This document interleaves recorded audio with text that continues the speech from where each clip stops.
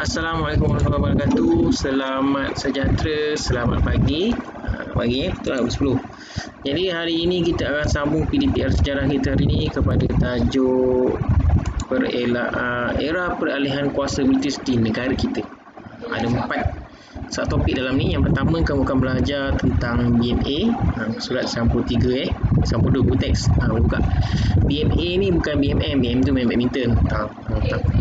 BMA ni ialah satu sistem pentadbiran tentera. Jadi dia bila sebut pentadbiran tentera ni, sistem pentadbiran tu agak kasar, agak tegas. Kenapa dia buat sistem tentera? Sebab Tanah Melayu masa tu baru sahaja selepas Jepun baru sahaja selesai diperintah oleh Jepun, dan ada pengganas komunis dalam 14 hari. Kita dah belajar bab 3. Lepas tu subtopik 1. Subtopik 2 kamu akan belajar tentang Millennium Union. Millennium Union tu apa? Satu pemerintahan British yang menghapuskan kuasa orang Melayu. Itulah kita lihat hari ni. Yang ketiga, kamu akan lihat kepada Zaliha pun ada ni. Kadang-kadang Zaliha ada. Yang ketiga, kamu akan belajar tentang proses penyerahan Sarawak. Sarawak ni dikuasai oleh keluarga James Brooke. James Brooke mati, anak-anak dia semua sambung. Jadi Sarawak ni nak serang oleh British. Jadi rakyat Sarawak ni tak puas hati sebab keluarga Brooke ni janji nak merdeka Sarawak, tapi diserahkan pula kat British. Biasalah enggak. Orang Barat ni dia suka tipu. Yang lain sekali, yang SBU diserahkan Sabah kepada British. Jom melihat sekedar. Kita terus kepada presentation, your entire screen. Then share. Alright. Jadi yang ini 4 ni. 4 perkara tadi. Jadi ini ialah dia punya timeline dia. Timeline dia ataupun storyline, ataupun jalan cerita lah 4 ni. Mula kita lihat bagaimana British Military Administration. Kemudian kita akan lihat bagaimana BMA di Tanah Melayu, di Sabah Sarawak, dan akhir sekali Union dan Sarawak dan Sabah secara British. 4 perkara ni. Yang pertama, 4.1 British Military Administration. Dibuat kerana apa? Kerana Jepun dah kalah. Kamu dah belajar sebelum cuti. Saya cuti lama tu, dekat cuti raya, cuti puasa, cuti raya, cuti sekolah ke sebulan. Kamu belajar Jepun telah kalah. Lepas tu komunis yang mengganas tu pun dah kalah 14 hari.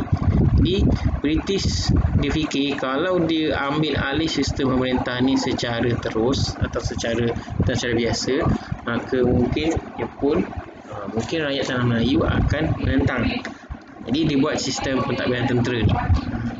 Tujuannya ni untuk mengembalikan kestabilan dan memulihkan kepercayaan rakyat. British untuk pastikan dia buat sistem tentera ni supaya keamanan Tanah Melayu masa tu seperti biasa, seperti sebelum berlaku perang, dan juga untuk memulihkan kepercayaan rakyat. Mengembalikan kestabilan dan keamanan, tujuannya supaya negara kita ni aman selepas berlakunya pemberontakan ataupun keganasan MPJA ataupun komunis ni lah. BMA mengarahkan semua senjata yang diberikan kepada mereka semasa dengan Jepun dipulangkan. Kamu ingat balik masa zaman Jepun, British membantu MPJA atau komunis ni supaya apa? Supaya menjatuhkan Jepun. Jepun tu jatuh. Jadi bila Jepun dah kalah, British cakap dah pinjam pulang lah balik senjata tu. Walau bagaimanapun, BMA gagal mengumpulkan semula senjata tersebut, dan BMA juga gagal membanteras kegiatan jenayah, keganasan, kongsi gelap dan masalah dengan kaum. Sebab apa? Sebab segala masalah jenayah ni, keganasan, kongsi gelap dengan kaum ni berlaku selepas MPJA ataupun komunis ni mengganas selama 14 hari. Kita belajar bab 3 itu. Kedua, tentang BMA ni, ialah rakyat susah nak hidup zaman BMA ni sebab masih zaman Jepun lagi, baru lepas perang. Jadi rakyat susah nak bangun semula, bangkit. Rakyat mengalami kesukaran hidup masa zaman Jepun, dan dia berlarutan sampai zaman British semula ni. Contohnya harga barang naik. Tengok ni, wabak penyakit banyak, penyakit beri-beri. Beri ni penyakit yang berkaitan kurang zat makanan ni. Sebab apa? Makan ubi setiap hari, tak makan nasi, ada tenaga, karbohidrat tak ada. Okey, berlaku masalah kebuluran. Kebuluran dulu untuk yang dulu memang susah zaman Jepun. Rakyat juga tidak ada wang untuk beli makanan, kegiatan sorok barang, amalan rasuah, peras ugut, pasar gelap, semua ni banyak berlaku. Okey. Jadi masalah ni, jadi sebenarnya contohlah kamu bagi rumah sewa, penyewa, kamu sewa rumah, penyewa yang sebelum ni ialah satu jenis budak bujang yang lelaki, biasalah budak yang lelaki yang kamu tahu kan, sepas ini kamu keluarga. Bila kamu masuk rumah sewa tu berselerak, kotor apa semua. Jadi kamu kena basuh, kena bersihkan, kena letak barang apa semua, barulah rumah sewa tu elok. Itu dia punya contoh analoginya. Jadi itulah yang berlaku di Tanah Melayu bila Jepun dan juga komunis ni dah memusnahkan dan merosakkan Tanah Melayu. British terpaksa bermula semula kena bersihkan ni, kena buat ni, betulkan ni untuk memastikan kehidupan kita semakin selesa. Sebab tu kalau tengok gambar ni, rakyat berkumpul menyambut kedatangan tentera British. Sebab British ni walaupun dia jahat, dia ambil hasil ekonomi kita, tapi dia sebenarnya menjaga hak atau kebajikan rakyat. Rakyat hidup dalam penderitaan dan kesesahan akibat pemerintahan Jepun dan dapat diselamatkan dalam bawah pentadbiran BMA. Dengan itu BMA telah mengambil alih pentadbiran Tanah Melayu bagi membalikan kepercayaan rakyat supaya menyokong keperluan British. Jadi ni dia punya ringkasannya untuk subtopik 41 ni ialah kamu dah tahu tujuan pemerintahan British Military Administration ialah untuk mengamankan Tanah Melayu daripada kerosakan yang dibuat oleh Jepun dan komunis, dan juga untuk mengembalikan kepercayaan rakyat Tanah Melayu terhadap British. Jadi matlamat BMA itu untuk mengembalikan kestabilan dan memulihkan kepercayaan rakyat. Sebenarnya kalau kamu tengok sini, sejauh manakah usaha yang dilakukan oleh BMA berjaya mencapai matlamat ni? Sebenarnya usaha dia tak banyak capai sebab apa? Masih berlaku lagi masalah jenayah dan juga masalah pergaduhan kaum, dan juga masalah kekurangan makanan. Maksudnya separuh je lah yang British dapat selamatkan. Ini contoh berlakunya masalah ni. Jadi British berharap pemulihan sosial ekonomi akan memulihkan kepercayaan rakyat. BMA berusaha memulihkan ladang getah, lombong biji timah, membaiki prasarana.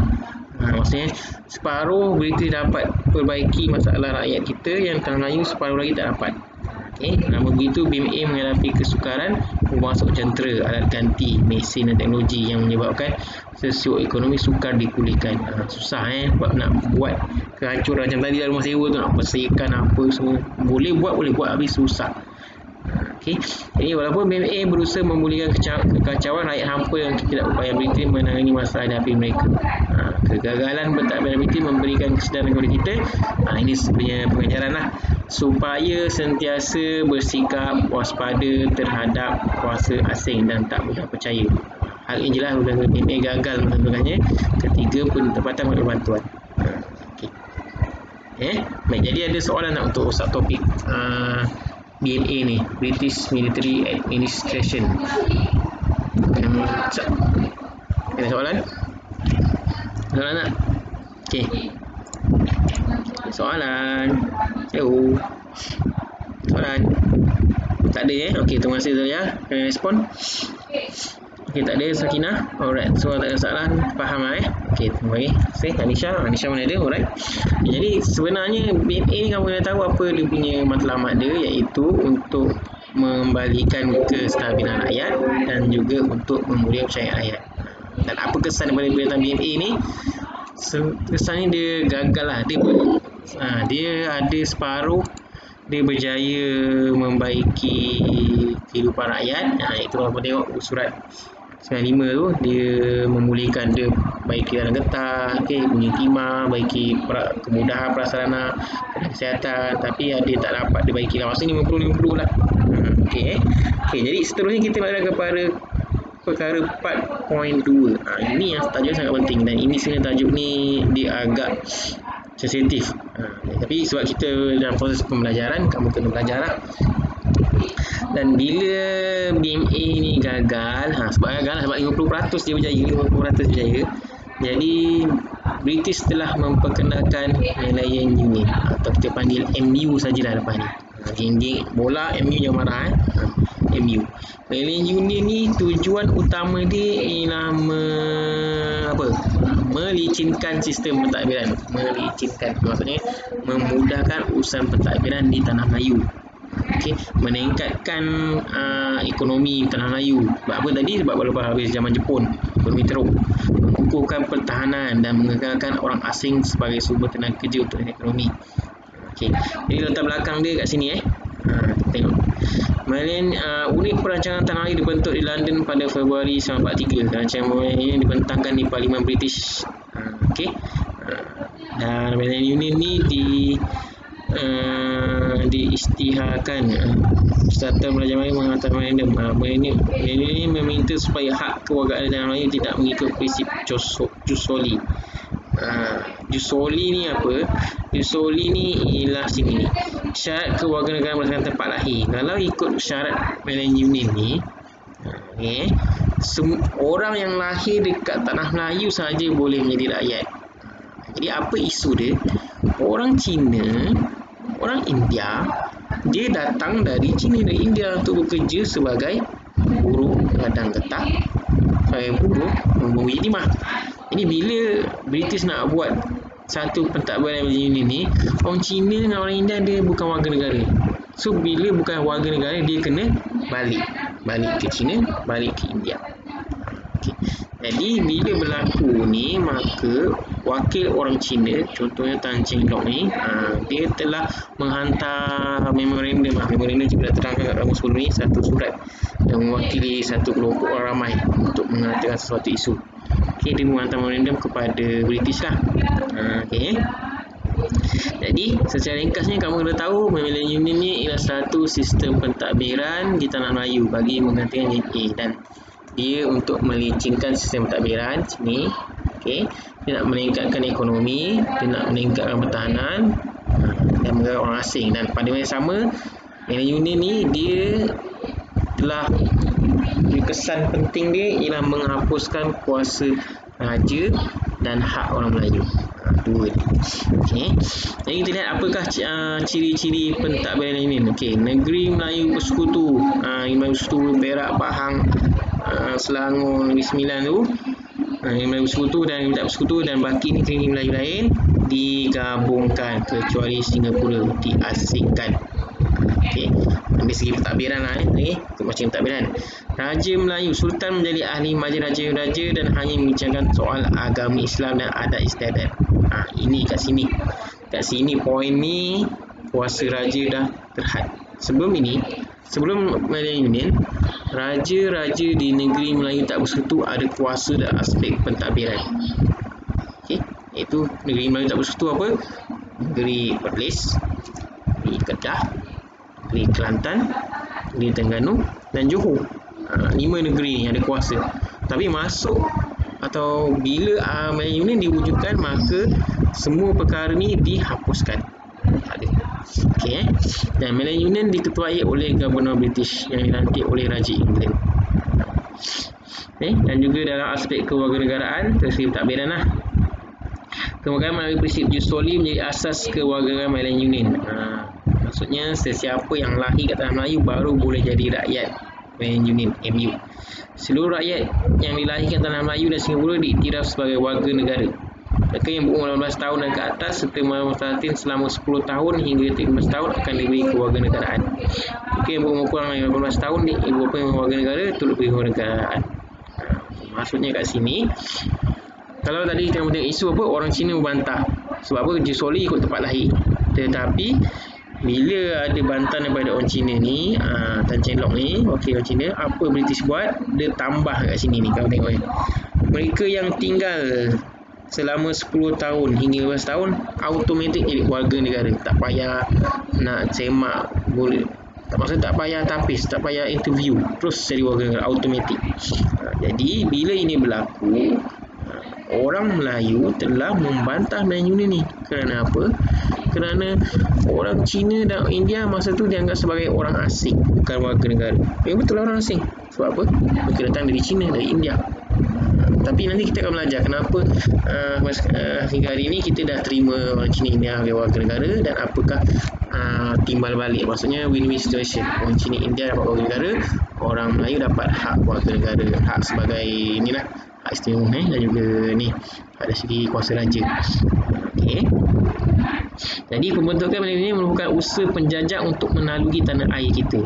Malaysia telah mengubah status tanah Melayu pada negeri naungan ke negeri jajahan. Sebab apa berubah status negeri naungan ni?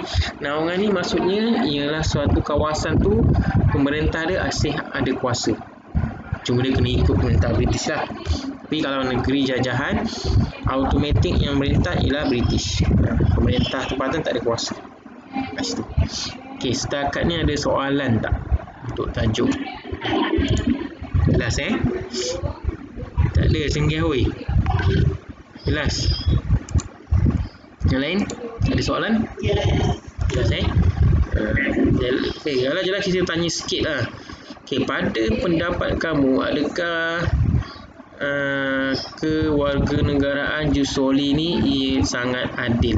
Adakah, okey, soalannya, pada pendapat kamu, adakah prinsip jus soli ni adil kepada orang Melayu?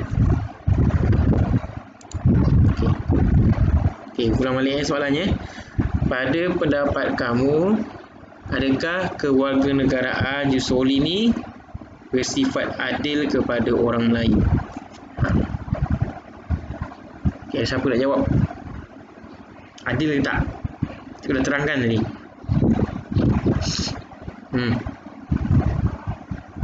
Iman? Iman, ramai dalam ni ada ni. Ada, bukan ada. Soalannya, adakah prinsip kewarganegaraan jus soli tu yang memberi kerakyatan kepada orang Cina dan India adil kepada orang Melayu? Bukan adil ke tak ada.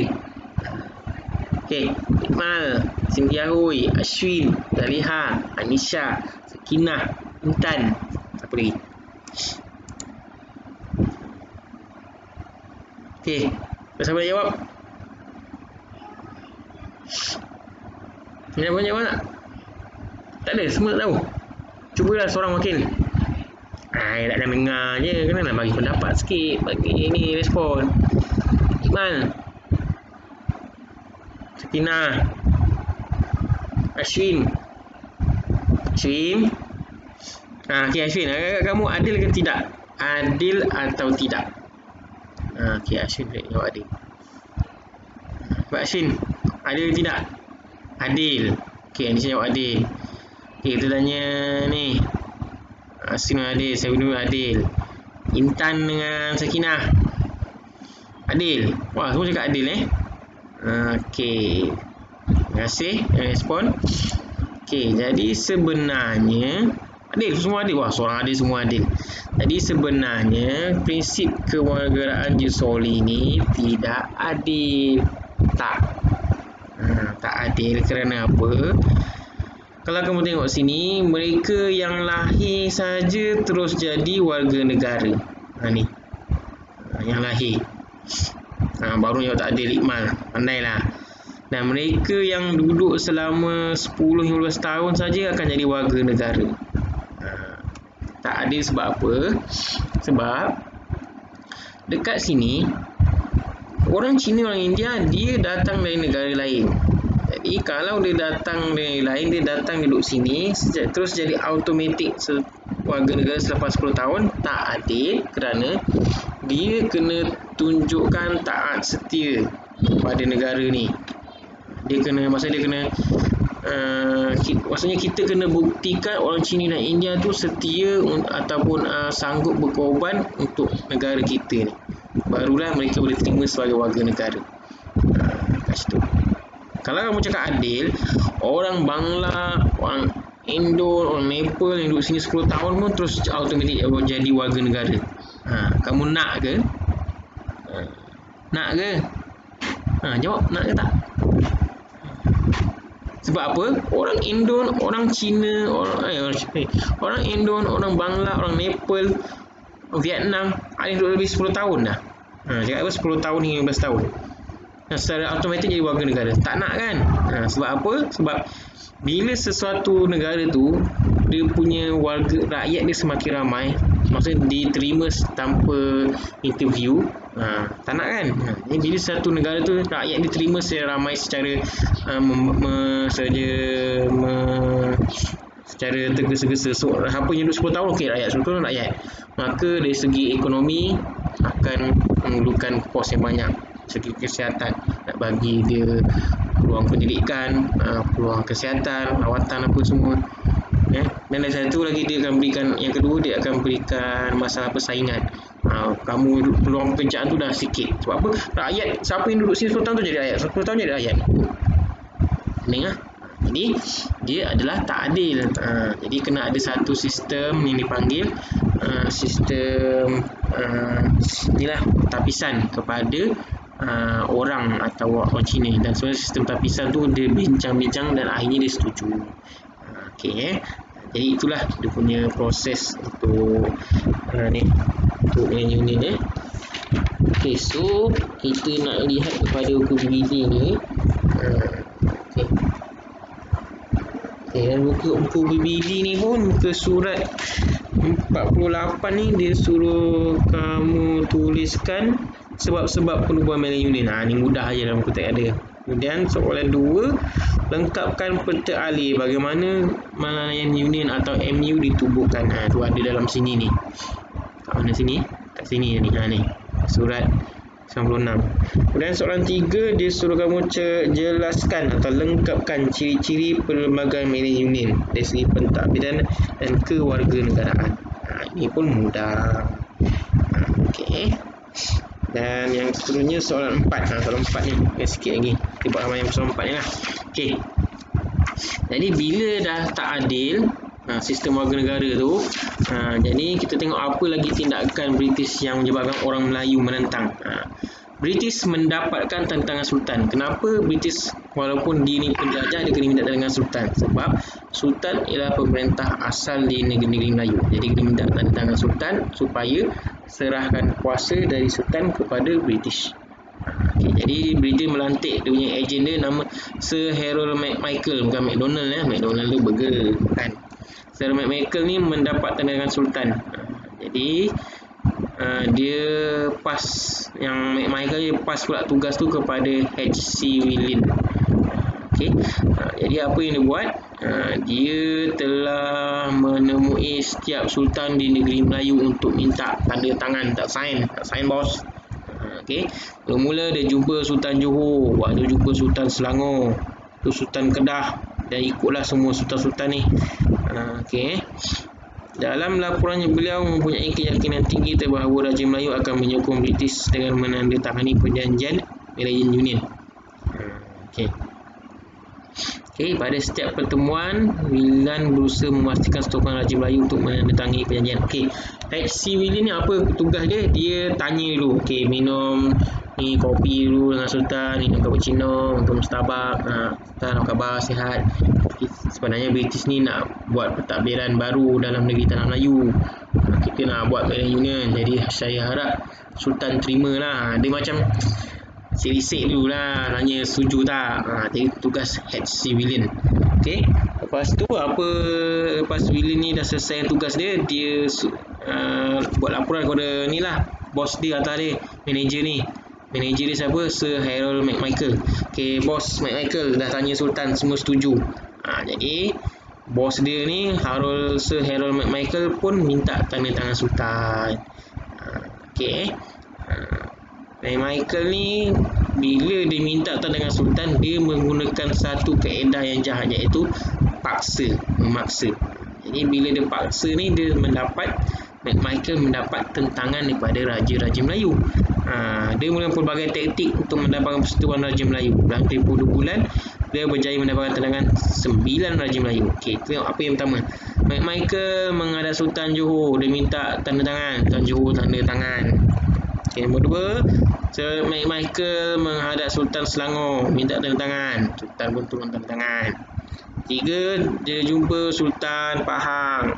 Sultan terpaksa tanda tangan. Jadi kamu tengok sini, yang tanda tangan secara rela ialah Sultan Johor dan juga Sultan Selangor. Yang rela ialah Sultan Pahang. Saya dia tak terpaksa lah. Okey. Yang keempat, jumpa yang Tuan Besar Negeri Sembilan. Negeri Sembilan tak ada Sultan dia panggil yang Tuan Besar. Pun terpaksa turun tanda tangan. Nombor 5, Michael jumpa Sultan Perak, pun terpaksa tanda tangan walaupun cuba melengah-lengahkan. Terpaksa Sebab apa? Terpaksa kalau kamu fikir, dia cakap kalau Sultan tak nak tanda tangan, Sultan akan diturunkan tahta. Sultan tak ada kuasa. Jadi Sultan ni terpaksa lah. Kemudian nombor 6, Michael minta tanda tangan Sultan Kedah, pun terpaksa. Dan akhirnya, dan seterusnya nombor 7, minta tanda tangan Sultan Raja Perak, Raja Perlis, pun terpaksa. Okey, 8 minta tanda tangan Sultan Kelantan, pun terpaksa. 9 minta tanda tangan Sultan Terengganu, pun terpaksa. Jadi untuk perkara ini, William dan Michael berjaya dia menyelesaikan misi dia, iaitu mendesak, menggunakan desakan dan paksaan Sultan untuk bersetuju menerima Malaysian Union. Cara yang digunakan ni tak disetujui dan menimbulkan reaksi penentangan daripada pelbagai pihak. Kesannya Raja-Raja Melayu membantah perjanjian Malaysian Union. Jadi itulah punya ni. Jadi secara ringkasnya untuk perkara ni, proses British mendapatkan turun tangan Sultan ni, dia sebenarnya Sultan ni dia kena tipu dengan British. Dia cakap Sultan jangan risau, Sultan tanda tangan surat ni Malaysian Union, Sultan masih ada kuasa. Dia tipu. Jadi sebab tu ada beberapa raja ni menentang pemerintahan Malaysian Union. Okey, jadi cikgu rasa itu sahaja untuk proses PDPR. Untuk proses pembelajaran, ada soalan tak untuk nanti untuk latihan nombor 4 ni? Lengkapkan pentaklin terhadap peristiwa Michael dan William meminta tanda tangan terhadap Raja Melayu. Okey, ada soalan? Okey, ada soalan? Soalan tak? Hello, somebody home? Ada soalan? Soalan tak? Ada soalan? Tak ada senyap je. Hello. Ada soalan? Hello. Wah, semua internet tak okey ni. Okey, kalau diamnya bukan masalah internet, kita nak kamu buat muka surat 47. Okey, 47 ni senang je. Isi kekosongan tentang pemerintahan British Military Administration. Okey, soalan 1 dan 2. Soalan 3 tu soalan kebat. Kali ni sebabkan pandemik COVID ni macam lama, jadi cikgu nak kamu buat soalan kebat yang mudah lah. Okey, soalan 3 ni mudah. Okey, keputusan Tanah Melayu memohon bantuan pentadbiran tentera British membangunkan Tanah Melayu bukan tindakan yang salah, kerana British gagal memulihkan kekacauan dan menangani masalah yang berlaku di Tanah Melayu. Berdasarkan pernyataan di atas, jelaskan kepentingan, sifat, waspada dan waktu tindakan. Cuba jawab soalan 3 ni. Kemudian soalan surat 48. Okey, 4.2 tentang Malaysian Union, iaitu satu sistem pentadbiran untuk melicinkan pentadbiran. Okey, untuk mengkurang pertahanan, menjaga pelaburan dan pada sama menghapus kuasa raja dan hak istimewa orang Melayu. Okey, yang ini cuma bukan boleh buat. Soalan 1 mudah je, rujuk teks. Okay, soalan 2, lengkapkan pentaklin. Macam mana proses proses penubuhan dengan Malaysian Union. Dan soalan 3, dia suruh kamu lengkapkan ciri-ciri pentadbiran. Ciri-ciri senangnya tadi. Okay, Melayu Sekutu, Negeri Selat, Kepenuh. Okay, raja kuasa raja. Dan dari segi kewarganegaraan, apa tuju soli? Tuju soli itu ialah lahir saja sebuah negara, automatik jadi rakyat. Mereka yang duduk selama 10 tahun automatik jadi rakyat. Okey, mereka yang kurang umur 18 tahun tapi bapa warga negara automatik jadi rakyat. Okey. Dan yang keempat ni ialah bagaimana British boleh ataupun bagaimana Michael dan juga William tadi meminta tanda tangan daripada Raja Melayu untuk bersetuju menerima adanya. Okay. So kerja kamu ialah muka surat 47, 48 dan juga 49. Esok kita akan sambung tajuk 4.3 iaitu reaksi penduduk Malaysian dan juga 4.4 lah. Itu saja. So ada apa masalah tak? Line slow okay, line slow tak apa, nanti tengok dari YouTube je. Cikgu upload. Okay. Okay, kalau tak ada masalah itu saja. Boleh buat kerja. Ada masa lebih kurang 20 minit ni. Okay, kamu boleh siapkan dulu surat 47 dengan 48 ni. Okay, itu saja. Okay, bye-bye. Okay. Okay, bye-bye. Okay, terima kasih. Boleh start buat kerja. Bye-bye. Okay, bye.